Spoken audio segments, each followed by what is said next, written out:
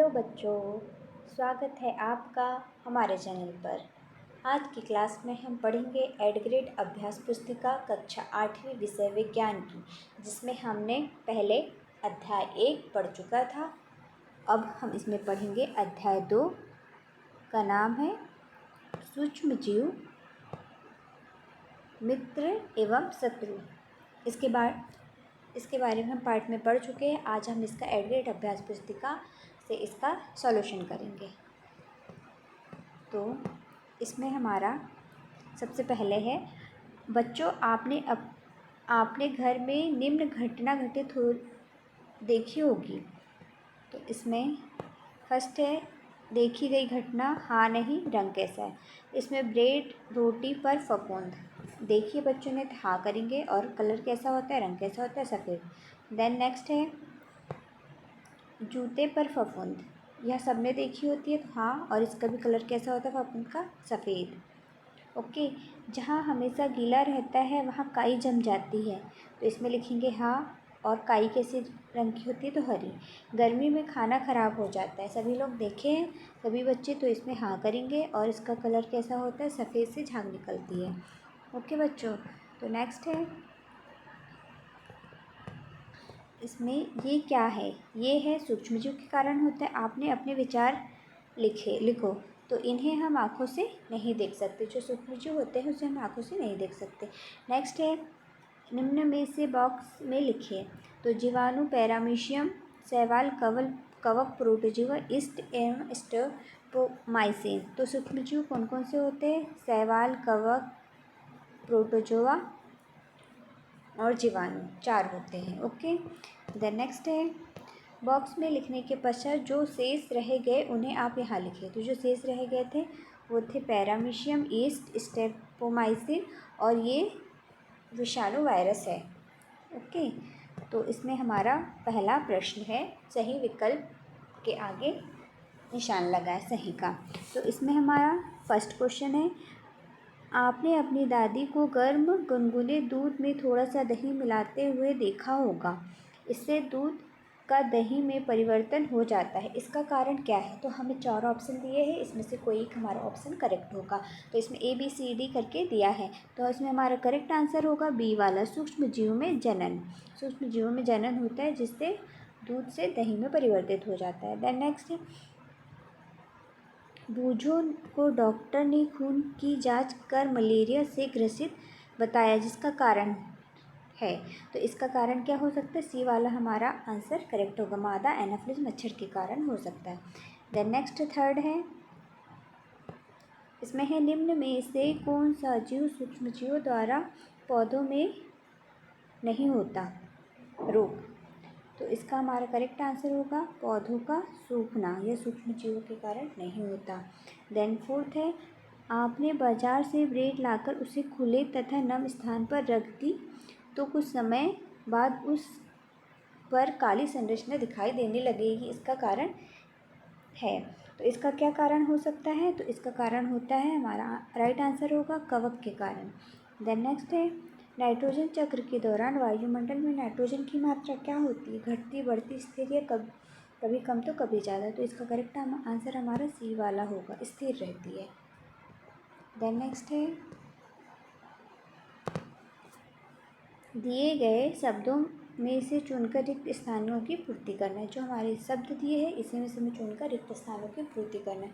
तो पहले नंबर में क्या आएगा, इसमें आएगा, आप पढ़ लेंगे इसे, यहाँ पर आएगा पार्श्वीकृत। सेकंड में आएगा सूक्ष्मजीव से प्राप्त औषधि जो बीमारी पैदा करने वाले सूक्ष्मजीवों को नष्ट कर देती है, उसे हम क्या कहेंगे, तो उसे कहेंगे प्रतिजैविक।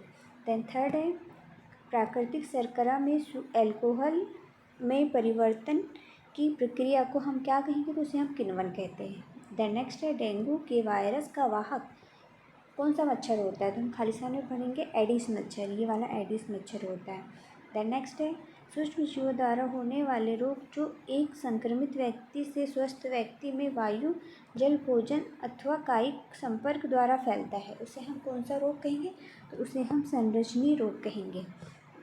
ओके। देन थर्ड है, अति लघुत्तरीय प्रश्न, जिसका तीसरा है, हमें छींकते अथवा खांसते समय अपने मुंह एवं नाक पर रुमाल क्यों रखना चाहिए? तो इसका आंसर होगा हमें छींकते अथवा खांसते समय अपने मुंह एवं नाक पर रुमाल इसलिए रखना चाहिए क्योंकि संरचनी रोग नहीं फैलते।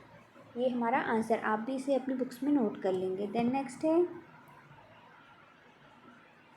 बूझो का जन्मदिन 12 मई को था, जिस अवसर पर माँ ने छोले भटूरे बनाए जिसे वे रात में फ्रिज में रखना भूल गई। बूझो ने उसे दूसरे दिन दोबारा खा लिया, जिससे बूझो को उल्टी होने लगी। अस्पताल ले जाने पर डॉक्टर ने बताया कि खाद्य विषाक्तता के कारण भोजन में विषाक्तता कैसे हो गया। तो इसका आंसर है हमारा फोर्थ का, सूक्ष्मजीवों द्वारा संदूषित भोजन करने से खाद्य विषाक्त हो सकता है।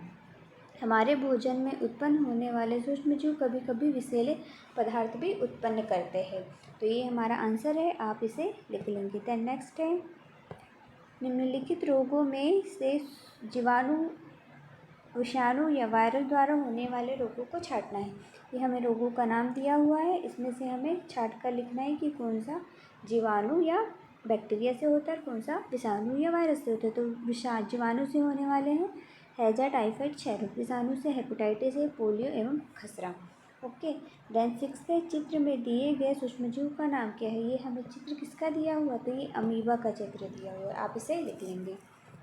देन नेक्स्ट है, यह सूक्ष्मजीव किस वर्ग में आता है? तो यह सूक्ष्मजीव प्रोटोजोआ वर्ग में आता है।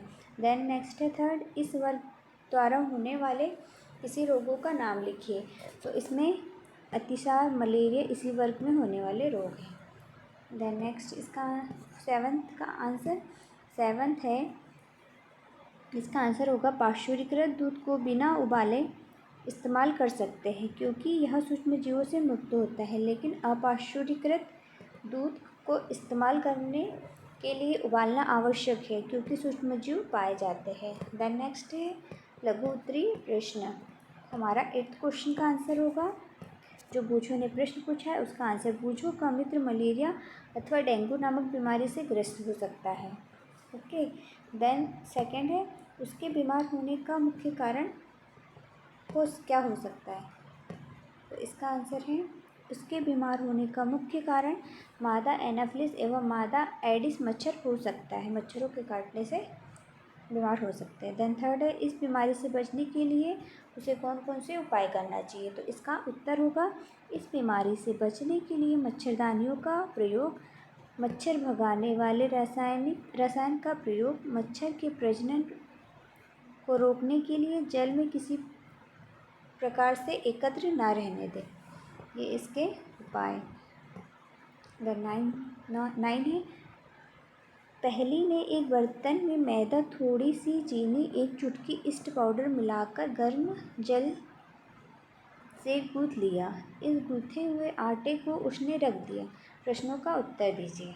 तो हमारा पहला प्रश्न है इसका, 2 घंटे के पश्चात उसने क्या परिवर्तन देखा?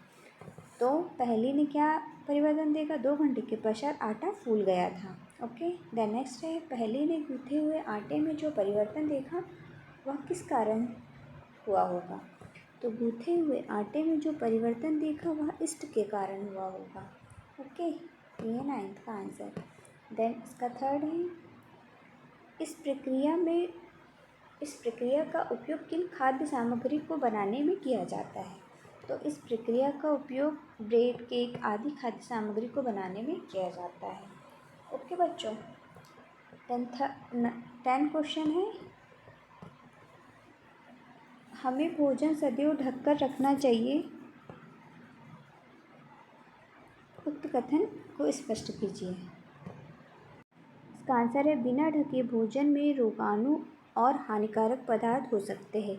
हमारे भोजन में उत्पन्न होने वाले सूक्ष्मजीव कभी कभी विषैले पदार्थ उत्पन्न करते हैं।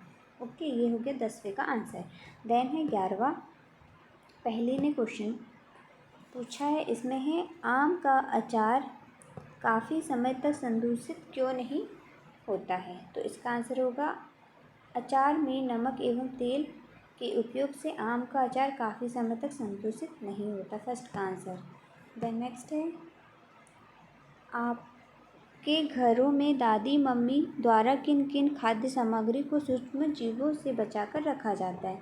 तो इसका उत्तर होगा हमारे घरों में आम का अचार, आंवला का अचार, पापड़ आदि खाद्य सामग्रियों को सूक्ष्म जीव से बचाकर रखा जाता है ताकि वो लंबे समय तक चल सकें।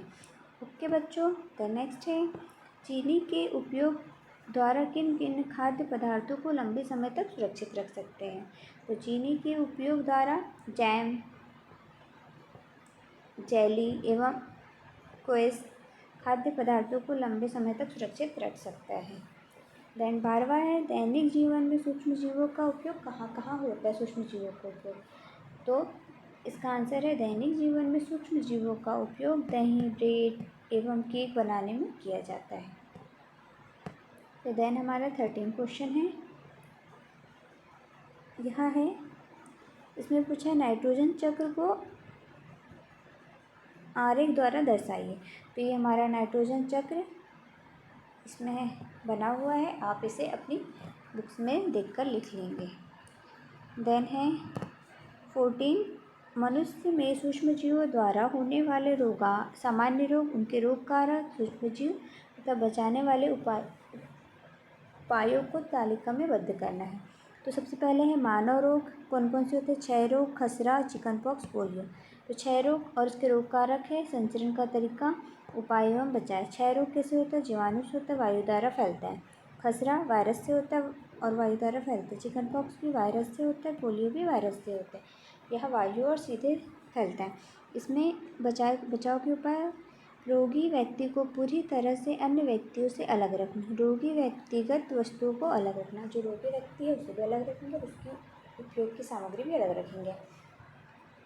और इसी में आगे हैजा और टाइफाइड, यह जीवाणु से होते हैं दोनों, और यह जल और भोजन से फैलता है। इसमें व्यक्तिगत स्वच्छता एवं अच्छी आदतों को अपनाकर भलीभांति पके भोजन, उबला खाना एवं पेयजल एवं टीकाकरण के द्वारा इसे रोगमुक्त हो सकते हैं। देन 15वां सूक्ष्मजीव हमारे लिए अभिशाप होते हुए भी वरदान है, इस कथन को स्पष्ट कीजिए। तो इसका उत्तर हमारा ये है, सूक्ष्मजीव हमारे लिए अभिशाप होते हुए भी वरदान है, क्योंकि सूक्ष्मजीव जंतुओं एवं पादपों में विभिन्न प्रकार के रोग उत्पन्न करते हैं, किंतु सूक्ष्मजीव जैसे दवाइयाँ अल्कोहल से विभिन्न प्रकार के उत्पादों जैसे सिरका, बेकरी आदि में प्रयोग किए जाते हैं, जो कई महत्वपूर्ण उत्पाद हमारे लिए वरदान से कोई कम नहीं है।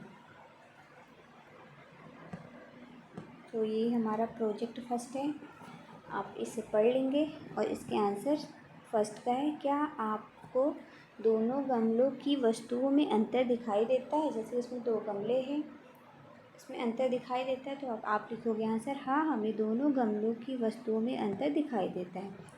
देन सेकंड का आंसर होगा, दोनों गमलों में से किस गमलों की सामग्री का अपघटन हो गया? तो दोनों गमलों में से गमले ए की सामग्री का अपघटन हो गया, अपघटन मतलब नष्ट हो गया। देन थर्ड है सामग्री के अपघटन का कारण क्या है? तो अपघटन, उत्तर में लिखेंगे, अपघटन एक प्रकार की क्रिया है जिसमें तत्व अलग अलग सूक्ष्म भागों में विभाजित हो जाते हैं।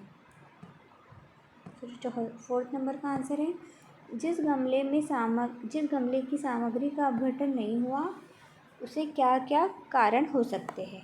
तो गमले बी की सामग्री का अपघटन नहीं हुआ क्योंकि उसके तत्व अलग अलग सूक्ष्म भागों में विभाजित नहीं हुए। फिर 5वां है, जिस गमले की सामग्री का अपघटन हो गया उसके क्या उपयोग है? तो गमले ए की सामग्री का अपघटन हो गया है तो क्योंकि उसका उपयोग भूमि के द्वारा उर्वरा शक्ति में किया जाता है, उर्वरा शक्ति बढ़ाने में। इसके बाद है हमारा सेकंड प्रोजेक्ट। तो आप अपने दैनिक जीवन में किन डिब्बा बंद या पैकेट बंद भोज्य पदार्थों का उपयोग करते हैं? उन पैकेट का सूक्ष्म अवलोकन कर तालिका में पूर्ण कीजिए। तो आपको ये तालिका दी हुई है, इसमें क्या क्या है? भोज्य पदार्थों का पैकेट का परिरक्षण और पैकेट के निर्माण का दिनांक और समाप्ति दिनांक, भोज्य पदार्थ उपयोगी किस लिए है और भोज्य पदार्थ की उपयोगिता। तो आप इसे देख लेंगे और अपनी बुक्स में नोट कर लेंगे। तो बा का आंसर होगा इसमें फर्स्ट, अपनी मम्मी दादी से पूछ कर पता लगाइए कि वे घर में किन किन भोज्य पदार्थों को लंबे समय तक संग्रहित करती है। तो आंसर है इसका घर में चावल, दाल, आलू, गेहूँ आदि भोज्य पदार्थों का लंबे समय तक संग्रहण या संग्रहित करते हैं। देन नेक्स्ट है, जिन पदार्थों को संग्रहित करने के लिए वे कौन कौन से तरीका के अपनाती है लिखिए। आंसर होगा इसका उत्तर, इन भोज्य पदार्थों को संग्रहित करने के लिए नमी रहित डिब्बे में रखते हैं एवं उन्हें धूप से सुखाते हैं, उन्हें अच्छे से धूप में सुखाते हैं। देन हमारा थर्ड होगा, भोज्य सामग्री के अलावा भी घर में कोई ऐसी वस्तु भी है जिनको सुरक्षित रखने के लिए कोई उपाय किया जाते हैं, यदि हो तो सूचीबद्ध कीजिए। तो है इसका आंसर होगा प्याज, पापड़, दाल, बड़ी, आलू, लहसुन आदि। ओके बच्चों, तो ये हुआ हमारा लेसन 2 या अध्याय 2 सूक्ष्मजीव एवं मित्र कंप्लीट। इसका सॉल्यूशन हम पूरा कर चुके हैं। और यदि आपको हमारा वीडियो अच्छा लगे बच्चों तो इसे लाइक, शेयर और सब्सक्राइब कीजिए। Thank you watching my video.